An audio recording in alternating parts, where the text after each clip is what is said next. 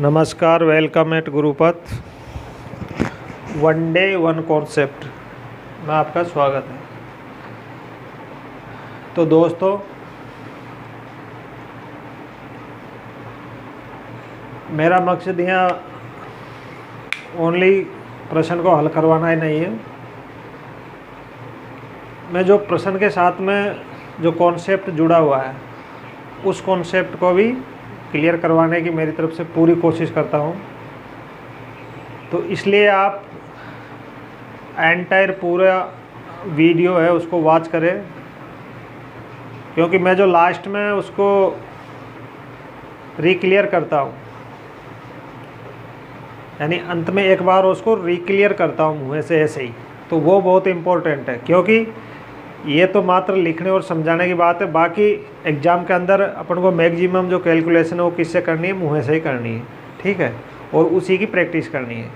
यदि हमारा concept clear है या कॉन्सेप्ट क्लियर हो जाता है तो उस कॉन्सेप्ट पर आधारित क्वेश्चन यदि एग्ज़ाम में आता है तो हम उसको बिल्कुल बहुत कम टाइम में और एकदम सही हल कर देंगे। इसलिए कॉन्सेप्ट क्लियर होना बहुत ज़रूरी है।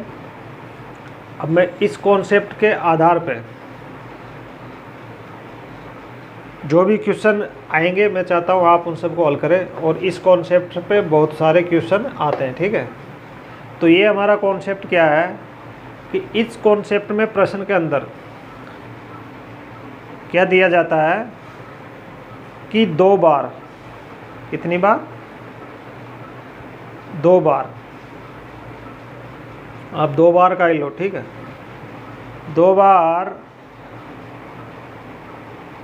जैसे मैंने लिख रखा है इसको ऐसे समझ लो, जैसे 2 बार प्रतिशत में क्या कर रहा है, वृद्धि, वह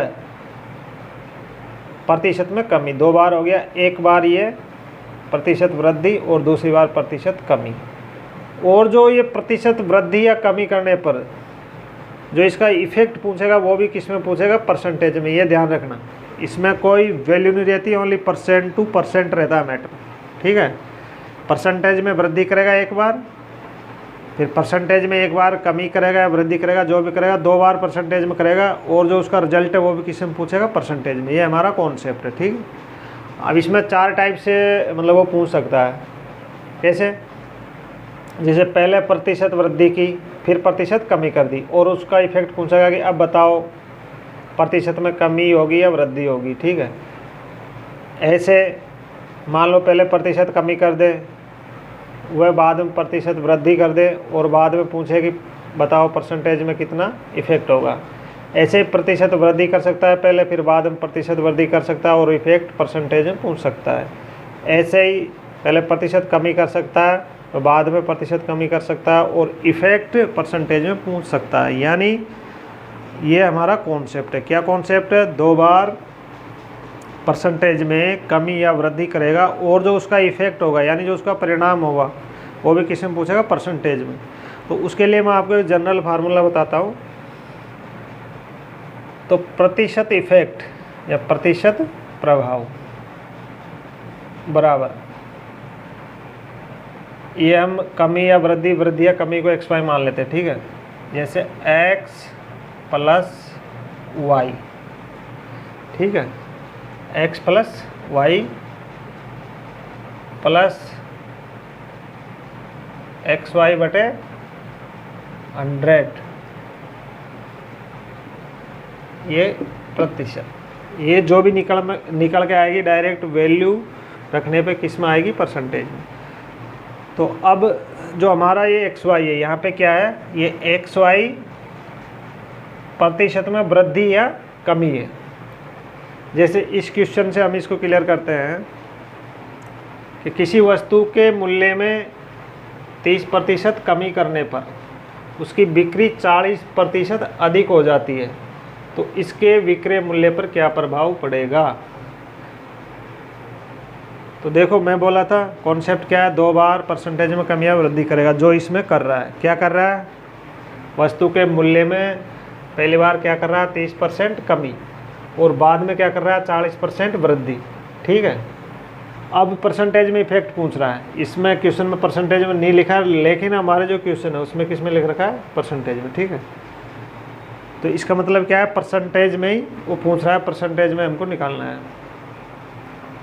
तो हम मान लेते हैं कि ये जो 30% कमी है उसको हमने क्या मान लिया, x। ठीक है, और जो 40% वृद्धि है उसको क्या मान लिया, y। ठीक है, यानी इनको किसी को भी एक को x एक को y मान लेंगे। और इस फार्मूले में अकॉर्डिंग चिन्ह का मतलब यह क्या है, यदि वृद्धि हो रही है तो उसको किसका मानेंगे, प्लस का, और कमी हो रही हो तो उसको किसका मानेंगे, माइनस का। ठीक है, कमी का मतलब माइनस ही होता है, प्लस का मतलब वृद्धि होता है। अब इस क्वेश्चन को हल हम ऐसे करेंगे, प्रतिशत प्रभाव, पता नहीं है कमी हो रही है वृद्धि हो रही है, निकालने पता चलेगा प्रतिशत प्रभाव। तो इसमें हमने x बराबर क्या माना था, 30%। तो 30% नहीं लिखेंगे, क्या लिखेंगे, 30 लिखेंगे। ठीक है, ये 30, ये क्या है, कमी है। कमी है तो इसका मतलब इसका आगे किसका चिन्ह लगाएंगे, माइनस का। चिन्ह का ध्यान रखना। ठीक है, जहाँ कमी हो रही है वहाँ किसका चिन्ह आएगा, माइनस का। जहाँ वृद्धि हो रही है वहाँ किसका आएगा, प्लस का। अब 40% क्या हो रही है, वृद्धि हो रही है यानी अधिक है, तो ये किसका आ जाएगा, प्लस 40, यानी 40 किसका आएगा, प्लस का। ठीक है, अब ये प्लस का प्लस। अब x किसका था हमारा, माइनस का, तो -30 गुणा y किसका था, प्लस का, इंटू ये 40 बटा 100 का 100। ये चिन्हों का विशेष ध्यान रखना है इसमें। ठीक है, तो इन दोनों को कैलकुलेट करेंगे, यानी +40 और -30 को कैलकुलेट करेंगे तो क्या आएगा, प्लस का 10, यानी 10 बच जाएंगे, क्योंकि 40 में से 30 माइनस हो जाएंगे तो क्या बचेंगे, 10, प्लस का प्लस। अब इसको अपन काट लेते हैं डायरेक्ट, 0 से ये 0 गया, 1 0 से ये 0 गया, यानी -3 को +4 से गुणा करेंगे तो क्या आएगा, 4 तिया 12, यानी माइनस का 12, और उस माइनस के 12 को इस प्लस के चिन्ह से गुणा करेंगे अपन तो क्या आएगा, माइनस का 12। यह आ गया माइनस का 12, लिख देता हूँ। ठीक है, माइनस का 12। अब ये प्लस और माइनस गुणा वो क्या हो जाएगा, माइनस हो जाएगा, तो 10 माइनस 12, 10 में से -12 जाएगा तो क्या बच गया, -2%। यानी इसका मतलब क्या है, -2 आया, इसका मतलब क्या है, -2% का मतलब 2% क्या हो रही है, उसमें कमी हो रही है। तो इसके विक्रय मूल्य पर क्या प्रभाव पड़ेगा, इसका विक्रय मूल्य 2% घट जाएगा या 2% कम हो जाएगा। अब ये जनरल फार्मूला है, ये क्या है, जनरल फार्मूला है। ओनली हमको चिन्हों का ध्यान रखते हुए इसमें जमाना है, ये मैं समझाने के लिए जमाया हूँ, बाकी आपको जमाना नहीं है कुछ भी, आपको डायरेक्ट करना है। ठीक है, मुँह से करना है, किससे करना है, मुँह से करना है, लिखना नहीं है, कुछ भी नहीं है, ओनली आप इन चिन्हों का ध्यान रखना। ठीक है, अब इसमें एक बार तो जोड़ना है, एक बार क्या करना है, जोड़ना है, चिन्हों का ध्यान रखना। ठीक है, और एक बार जो वैल्यू दी है उसको गुणा करके 100 का भाग देना है और जोड़ना है। ठीक है, तो इसमें जैसे 30% कमी, 40% अधिक, इसका मतलब क्या बच गया, प्लस का 10 बच गया। ठीक है, ये प्लस के 10। अब इसको गुणा करके भाग देंगे 100 का, तो 4 तिया 1200, यानी एक माइनस की है एक प्लस की है, तो कितना आ जाएगा, -1200 बटे 100 बराबर, एक आया प्लस का 10, एक आया माइनस का 12। इन दोनों को जोड़ेंगे घटाएंगे तो क्या बच जाएगा, -2। यदि आप प्रैक्टिस करोगे, यदि आप प्रैक्टिस करोगे तो ये इस क्वेश्चन को आप मात्र 5 सेकंड या 2 सेकंड देखते हल कर दोगे। ठीक है, इसमें कुछ भी नहीं है, ओनली ये कॉन्सेप्ट, ये तो मैं समझाने के लिए मतलब लिखा हूँ आपको, जैसे वृद्धि करे कमी करे, कमी करे वृद्धि करे, वृद्धि करे कमी करे, लेकिन करना इसको मुँह से है। मुँह से कैसे करना है, जैसे मान लो एक एग्जाम्पल और मैं ऐसे ही बताता हूँ आपको,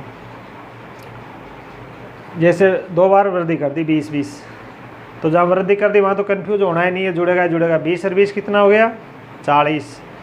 अब 40 20 × 20 करोगे, ऐसे करके देख लो या मुँह से कर लो ना, ये 2 दूनी 4, 40 में 4 जोड़ेंगे तो कितनी हो जाएगी, 44% क्या हो जाएगी, वृद्धि हो जाएगी। ठीक है, जो इफेक्ट आएगा।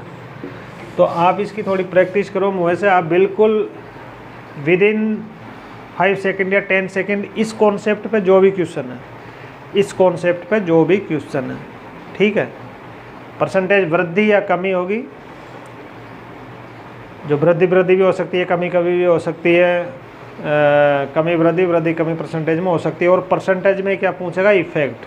जैसे एक एग्जांपल देता हूँ मैं आपको, वो पूछ ले कि किसी आयत की लंबाई में इतनी प्रतिशत वृद्धि कर दी जाए, चौड़ाई में इतनी कर दी जाए तो उसके क्षेत्रफल पर कितना परसेंटेज फर्क पड़ेगा, या वृत्त की त्रिज्या में इतनी % वृद्धि कर दी, कमी कर दी, तो बताओ फाइनल क्या इफेक्ट पड़ेगा। ठीक है, तो इस कॉन्सेप्ट पे बहुत सारे क्वेश्चन हैं। इस कॉन्सेप्ट को मेरे हिसाब से आप 2 4 5 बार प्रैक्टिस करोगे इस टाइप क्वेश्चन की, तो आपका मतलब ये क्लियर हो जाएगा। और आप देखते हैं मुँह ज़बानी बिना कलम उठाए इसको मुँह से हल कर दोगे। ठीक है, जैसे एक एग्जांपल और देता हूँ मैं, मुँह से हल करेंगे अपन बिल्कुल डायरेक्ट। जैसे मान लो किसी वस्तु के मूल्य में 30% क्या हो जाती है, वृद्धि हो जाती है। मैं वृद्धि को क्या लिख रहा हूँ, प्लस में। ठीक है, और 50% क्या हो जाती है, कमी हो जाती है। ठीक है, ये माइनस में लिख रहा हूँ।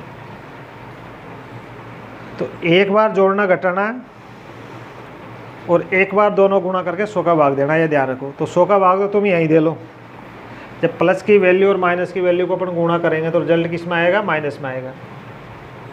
तो यार सीधी सी बात है, मुँह से ये क्या है, 100 की 2 जीरो गई, 5 या 15, यानी माइनस का 15 गुणा करने पर कितना आ गया, माइनस का 15। ठीक है, और इनको जोड़ेंगे घटाएंगे तो +30 में से +30 और -50, तो -50 में +30 का गया तो किसका बच गया, माइनस का 20। ठीक है, यानी -20 और -15 कितना हो जाएगा, माइनस का 35% उस पर क्या आ जाएगा, इफेक्ट आ जाएगा। क्या आ जाएगा, 35% क्या आ जाएगा, इफेक्ट। और ये जनरल फार्मूला में जो भी बता रहा हूँ, ये पूरे 4 बताया उन सब में फिट है। ठीक है, आई थिंक कॉन्सेप्ट क्लियर हो गया होगा। अब इस कॉन्सेप्ट पे जितने भी क्वेश्चन हैं आपको डायरेक्ट मुँह से करना है। ठीक है, अकॉर्डिंग चिन्ह का मतलब प्लस माइनस से, अकॉर्डिंग चिन्ह जोड़ना या घटाना है, और अकॉर्डिंग चिन्ह दोनों को गुणा करना है, और जो दोनों वैल्यू आती है। ठीक है, एक और ले लो। जैसे मान लो किसी वस्तु के मूल्य में 10% क्या हो गई, वृद्धि हो गई। ठीक है, और 5% क्या हो गई, कमी हो गई। तो इसको एक बार जोड़ना है, +10 - 5 बराबर क्या आ गया, +5। ठीक है, और एक बार गुणा करना है, 10 पंजियों 50। चिन्ह का ध्यान रखना, किसका है चिन्ह, माइनस का, क्योंकि प्लस माइनस गुणा होगा तो किसका आएगा, माइनस का। तो 10 पंजियों 50, यानी 50/100 कितना आ जाएगा, ये माइनस का 50/100, यानी माइनस का आधा। ठीक है, माइनस का आधा। और प्लस के 5 में से माइनस का आधा जाएगा तो प्लस का क्या बच जाएगा, 4.5। क्या बच जाएगा, प्लस का 4.5। तो ये क्या हो जाएगी, प्रतिशत वृद्धि हो जाएगी, यानी जो उस पर इफेक्ट होगा।